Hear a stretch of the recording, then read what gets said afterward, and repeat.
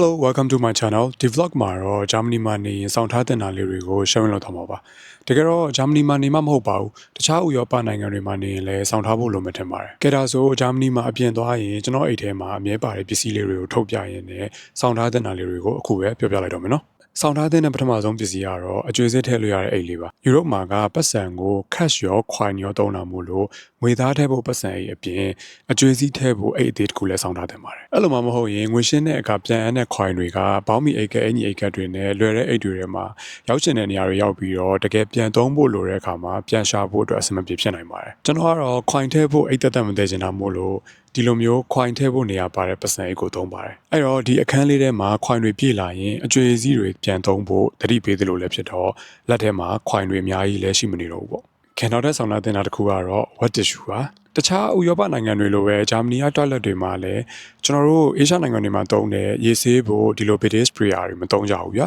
အဲ့ဒါကြောင့်အိမ်သာတက်ပြီးရဲ့အခါရိုးရိုး tissue တစ်မျိုးပဲသုံးရတာကိုမကြိုက်ဘူးဆိုရင်ဒီလိုမျိုး wet tissue လေးတော့ဆောင်ထားတင်ပါတယ်ကျွန်တော်ကတော့ wet tissue ပြင်ဒီလိုမျိုး portable bidet လေးဆောင်ထားပါတယ်သူ့ရဲ့အရွယ်အစားကလည်းအိတ်ထဲကိုထည့်သွားလို့အဆင်ပြေရဗျာပြီးတော့ရေထည့်ပြီးသုံးရတာမို့လို့ wet tissue မပါလဲပြဿနာမရှိတော့ဘူးပေါ့အဲအကြောင်းအိမ်သာတက်ပြီးရင်ရေနဲ့ဆေးရမှကျင်းတဲ့သူတွေကိုတော့ဒါလေးဆောင်ထားဖို့ recommend လုပ်ပါတယ်ကျွန်တော်လည်းအခုသုံးနေရတော့အဆင်ပြေလို့ပါခင်ဗျကဲဂျာမနီမှာနေရင်နောက်ထပ်ဆောင်ထားတင်တာလေးတစ်ခုကတော့ hand cream ပါဘာဖြစ်လို့လဲဆိုတော့ဒီမှာရာသီဥတုကအေးတော့အသားရည်ခြောက်တတ်တယ်ဗျာခန္ဓာကိုယ်ကတော့တစ်ခါ lotion လိမ့်ထားရင်နောက်တစ်ခါရေချိုးပြီးမှလိမ့်လို့ရရဲဆိုပေမဲ့လက်ကတော့ခဏခဏဆေးပြစ်နေရဆိုတော့ dehydrated ဖြစ်လွယ်တာပေါ့အဲ့တော့လက်ဆေးပြီးလို့ရေပြောင်းအောင်တုပ်ပြီးသွားရင် hand cream လေးပြန်လိမ့်ပေးတင်ပါတယ်ဒါပေမဲ့အနက်မွေးယုံပဲမဟုတ်ပဲအသားရည်ကိုတကယ် moisturized ဖြစ်စေတဲ့ hand cream တော့ဖြစ်တင်ပါတယ်နွေရာသီရောက်ရင်တော့ hand cream နေရာမှာ sunscreen တောင်းသုံးတင်ပါတယ်ကျွန်တော်ကတော့နွေရာသီဆိုရင် Anessa sun cream သုံးပါတယ်ဒီ Anessa sun cream ကို honest review ပေးထားတဲ့ vlog တစ်ခုလည်းကျွန်တော် channel မှာတင်ထားပါတယ်ခင်ဗျစိတ်ဝင်စားရဆိုရင်သွားကြည့်လိုက်နော်ကဲဂျာမနီမှာကျွန်တော်အပြင်သွားရင်အဲ့ထဲမှာအမြဲပါတယ်ပစ္စည်းနောက်တစ်ခုကတော့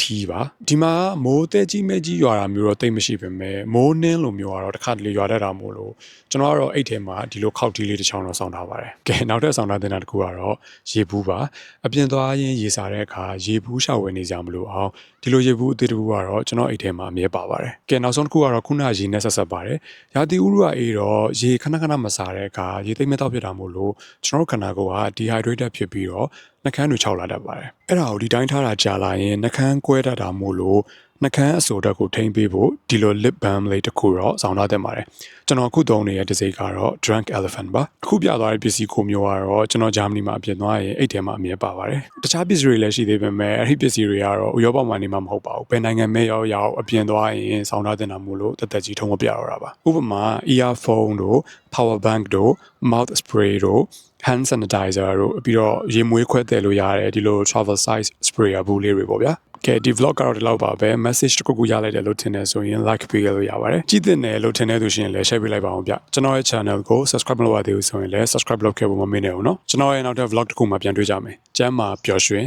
အဆင်ပြေပါစေ bye bye